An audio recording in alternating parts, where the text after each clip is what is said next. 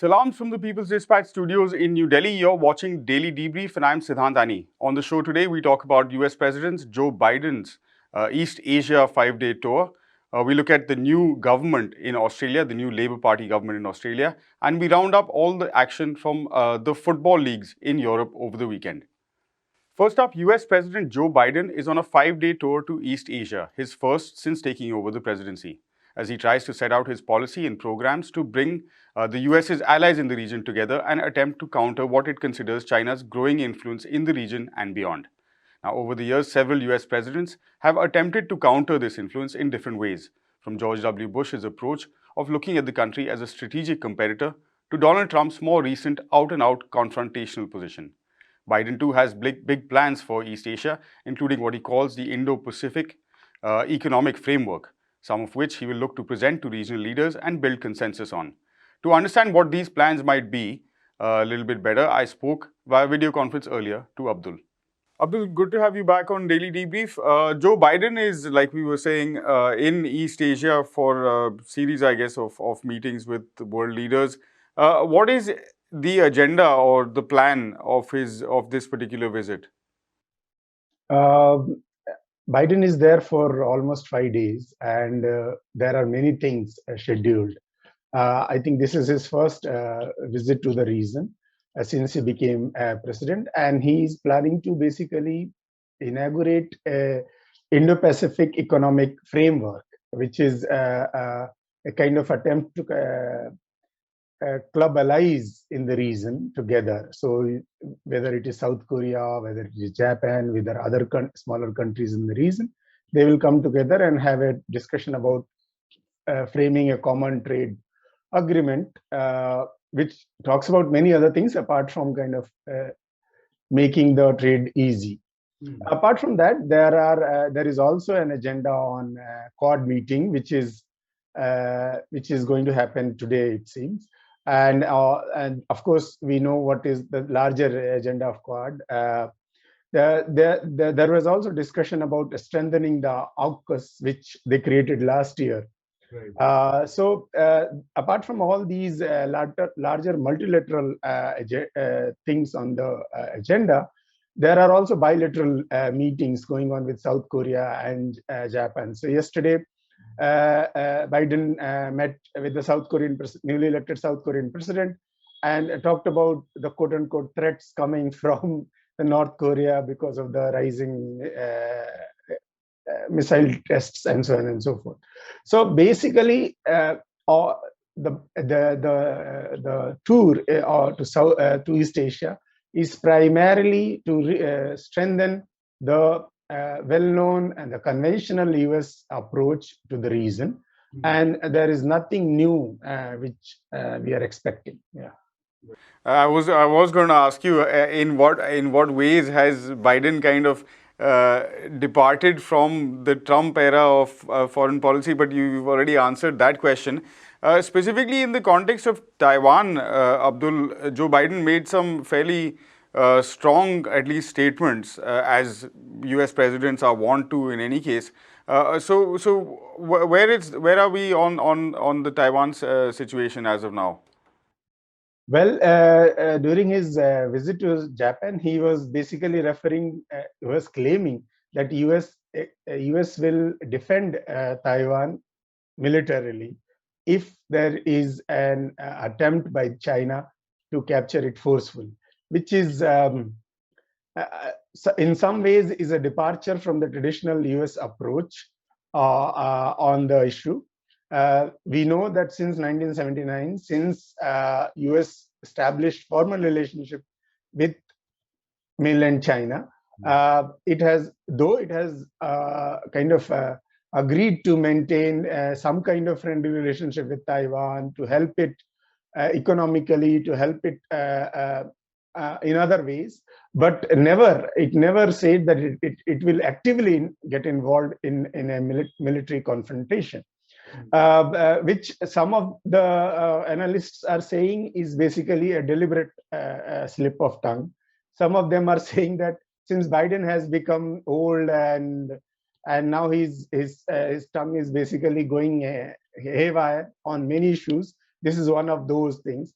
But the Chinese are taking it quite seriously, of course, because this basically means that the escalation which happened during Trump's presidency against China is basically continuing under Biden's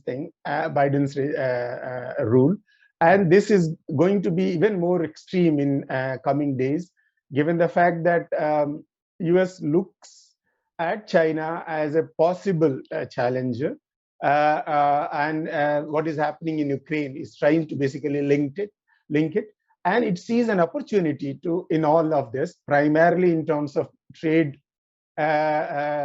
relations, increasing trade, volume of trade, most importantly, increasing the volume of arms trade. Because Taiwan is, US sees Taiwan as a potential arms buyer, and it has already increased sale of armaments to Taiwan. So it is another attempt. Uh, we though as I said before, we are not very sure whether this is a real policy shift or it is just a kind of a deliberate attempt to create an escalation. But nonetheless, Taiwan remains at the center of the so-called Indo-Pacific approach which US has adopted, and it looks like it is going to be one of the central issues in the Quad meeting, the details of which will be coming tomorrow. Yeah. Yeah. So I'm sure then, Abdul, in that case, I mean, one part is, of course, that we can definitely understand it as an escalation. And the second part is that we will have you back on the show most likely tomorrow as those details about both the economic framework as well as what happened at the Quad Summit emerge. Thanks so much for the update today. The Labour Party's Anthony Albanese has been sworn in as Australia's new Prime Minister just hours before jetting off to Japan for the summits we talked about in the previous story with Joe Biden and other leaders. The centre-left Labour Party is back in power after a long run for the Conservatives. It is what this election is what is being seen by many commentators as a rejection by the Australian people of Scott Morrison's government on multiple fronts. Anish joins us with all the details. Good to see you on Daily Debrief, Anish. First up, give us a sense of the run-up to the elections and then, of course, how things panned out on voting day itself. I think there was this very palpable panic on the side of the coalition of the former Scott Morrison government now, where it was very evident that things that were widely criticized during their administration was something that is catching up to them as the elections were nearing. And a whole host of things actually caught up with them. And we had things like environmental regulations, we had things like corporate corruption, crony capitalism, we had issues in the healthcare sector, which was something that was exacerbated during the pandemic. And then there was also definitely labor rights and the attack on labor rights during the last few years that we have seen under the Morrison government. So this was something that, and obviously a whole host of other things like racial disparities, attacks on minorities, attacks on migrants, and we have seen some of the most repressive anti-immigrant laws being passed during this whole time. So all of that really had an impact on how people finally perceived the Liberal National Coalition. And so this was something that was very evident, but still the opinion polls had declared, were calling it a very close election. Right now, we know that it wasn't as close as it was supposed to be, and eventually the opposition took advantage of the weaknesses in the government. Right, very quickly, Anish, if you can give us a sense of the new government, what it looks like, the Prime Minister and the Council of Ministers. Yeah, so beginning with Anthony Albanese, the opposition leader now turned prime minister, has always presented himself as the so-called moderate face of the Labour Party.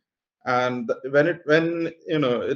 just like in the United States and elsewhere, we have seen when it comes to a center-left coalition, a moderate phase is something is a very problematic, it's a dicey term to begin with.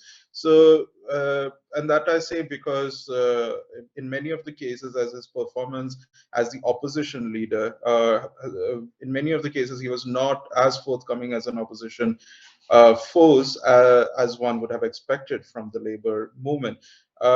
In especially in the case of the anti-immigrant crackdown that the Morrison government has been doing, we've seen boats being sent back. And while Albanese did offer some level of verbal opposition during those very tumultuous period when actual dozens of boats were being sent back into dangerous waters. There was some opposition because that obviously was the ethical thing to do. But during the campaign, he did mention that turning back boats might be might be taken up as a policy matter during under his government. So this is just an example of what of his larger political focus and like how he performs as a political leader. So, but obviously he's not going to be alone. There will be different sections of the Labour Party being represented in the government, including those who have worked with the socialist movement and the labor movement.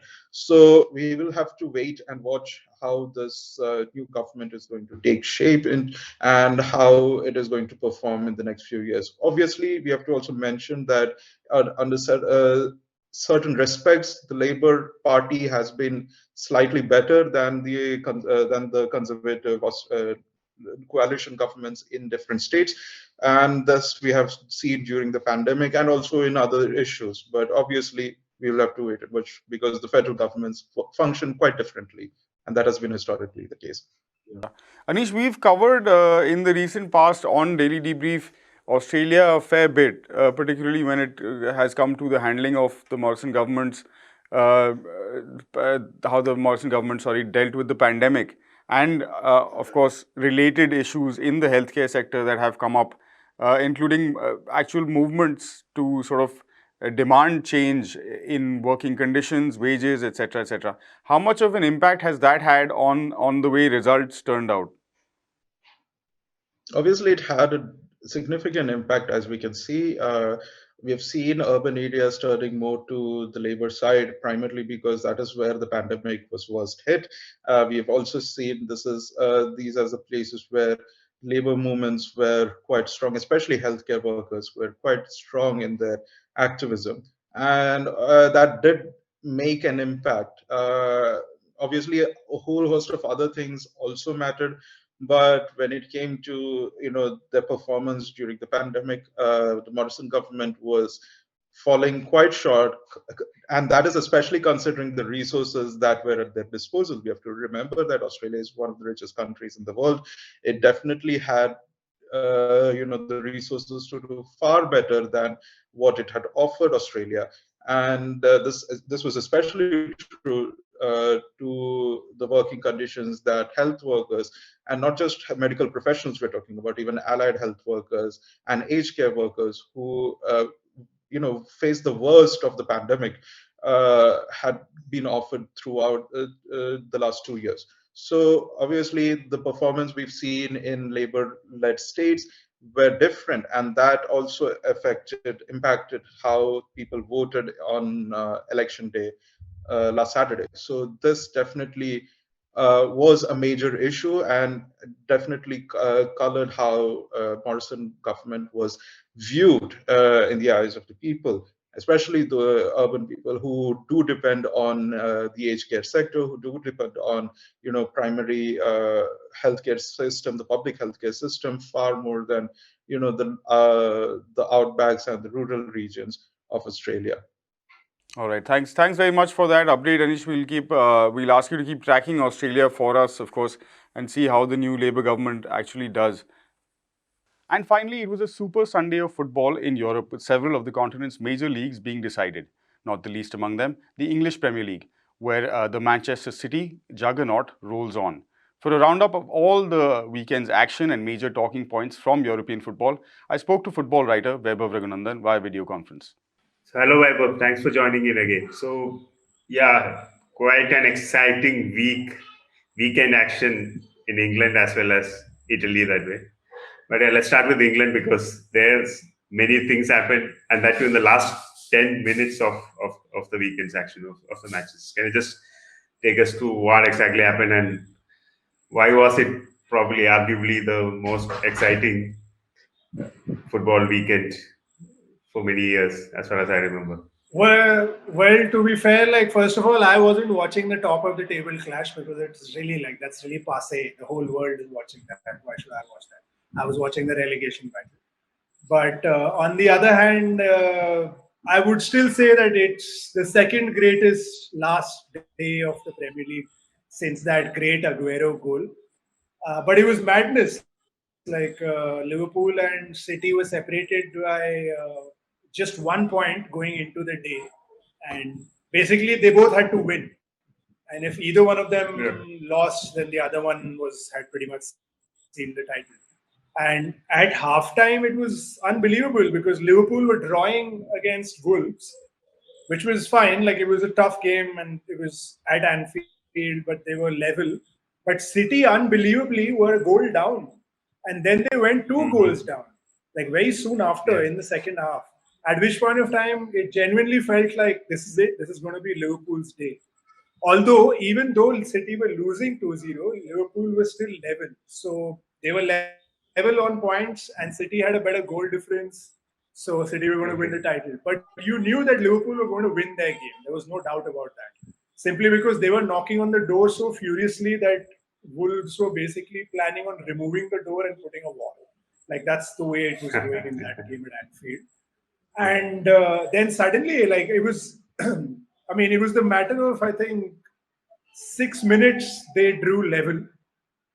Ilkay Gundogan scored the first one, and Rodri scored the second one. And then with like 10 minutes to go, it was another great like Aguero type moment at the Etihad Stadium where Gundogan scored, and they went mad. Like they just went absolutely mad. Like it was at that point of Yeah. time.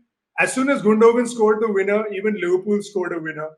But everyone knew that that was done. Like the game was over. There was no Yeah. doubt about it. And while that was exciting at the top of the table, I was not watching that at all. I was watching the bottom of the Premier League because the top of the Premier League is like we're going to see this repeated for years and years and years. It's just going to be Liverpool and City, maybe Chelsea once in a while. That's the way it is now. Like there's big three and then the rest of the world.